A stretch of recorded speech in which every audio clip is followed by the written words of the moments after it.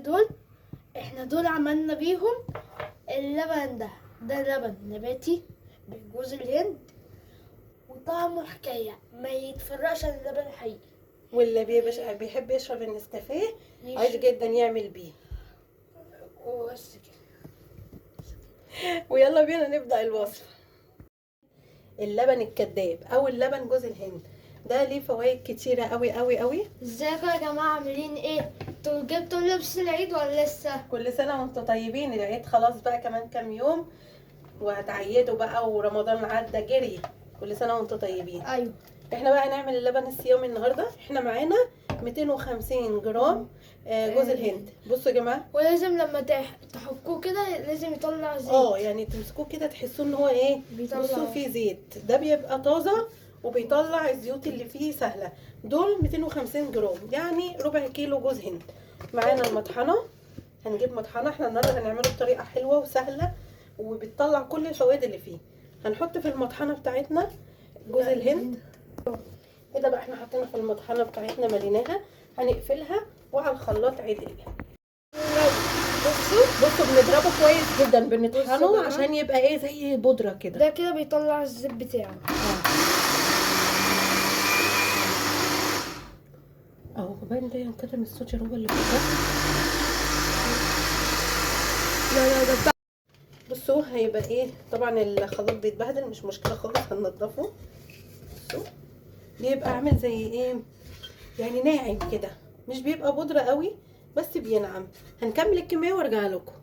الضرب بتاعه بصوا، انا بس عايزه اقربه لكم كده، شايفين؟ بصوا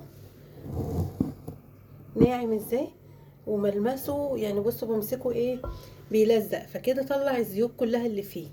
دلوقتي بقى هعمل ايه، هنحط عليها 3 كوبايات ميه سخنه. ادي اهو، ادي واحد.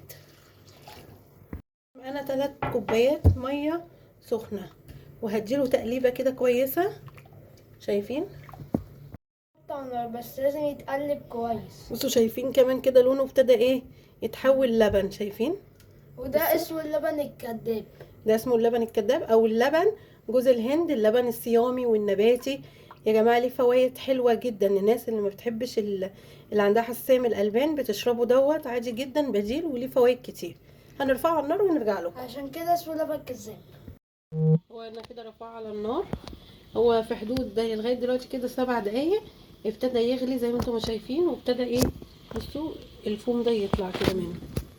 وبصوا شايفين لونه وقوامه فظيع لبن، يعني ما تخيروش على اي حاجه تاني.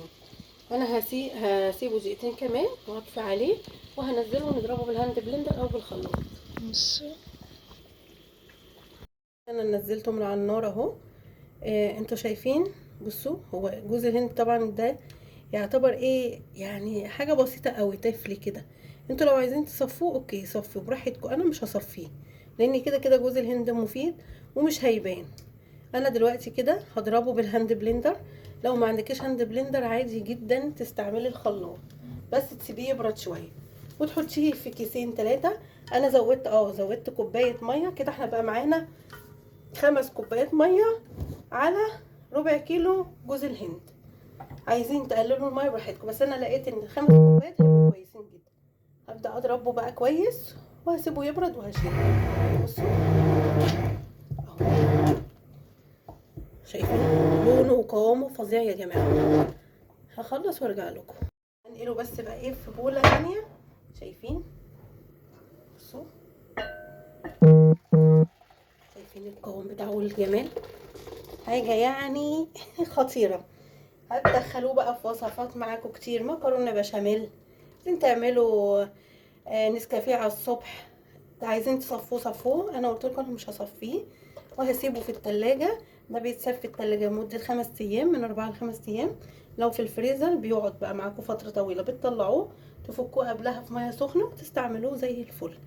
قوام وريحة، واللي جايله حساسية من الألبان بيشربوا كويس جدا.